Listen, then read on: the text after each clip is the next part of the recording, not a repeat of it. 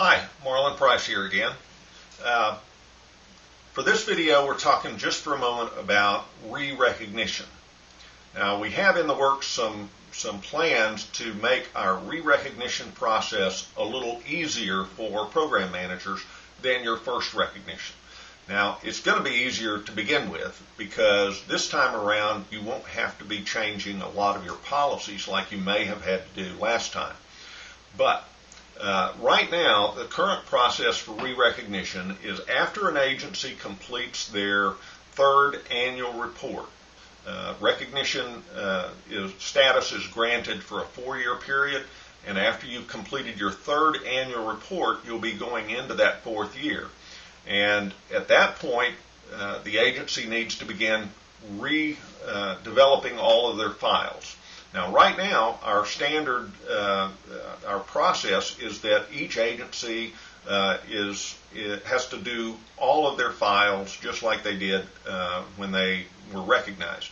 You'll have to have copies of your policies, the document submission form in each file, a copy of the policy, and then new proof of compliance, proof that you're still doing it, the latest proof for inspections or qualifications or things like that are in the file.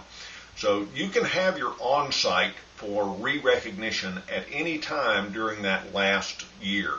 But it's obvious that you want to get the most out of your 4-year period, so you would want to probably wait till the latter part of that last year to actually do your on-site.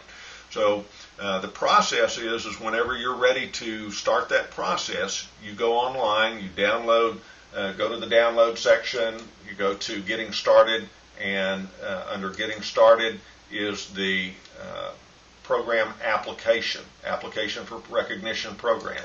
And you download that application and you fill it out, your chief signs it, and instead of initial recognition, you'll put right here, you'll check it for re-recognition. The office will send you a new contract.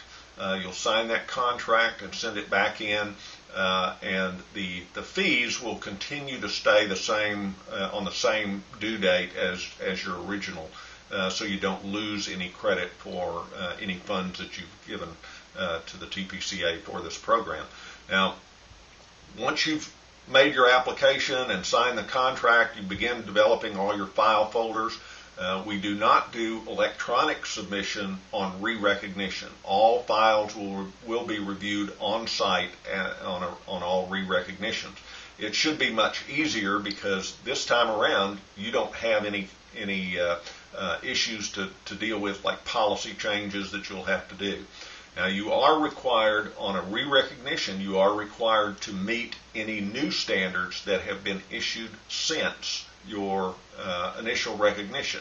So you need to know the date of your original recognition, and you can go back to our website, go to the download section under Staying Recognized, and there's a standard history down at the bottom. When you open up the standard history, it will tell you when new standards were added. So these are the effective dates of new standards, the standard number, and the changes that were made. So you do have to meet all the standards that are in effect at the time of your re-recognition.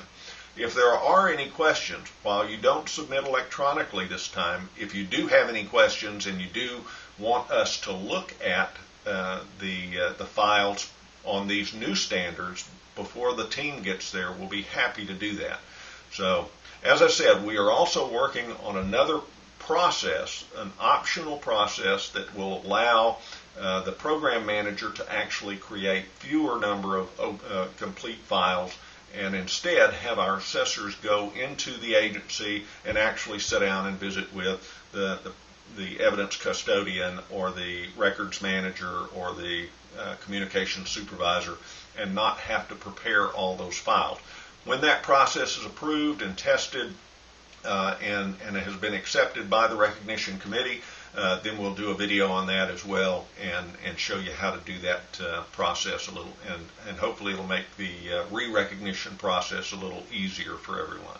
If you have any questions about being re-recognized, how do you do it, and this didn't answer those questions, please don't hesitate to give us a call.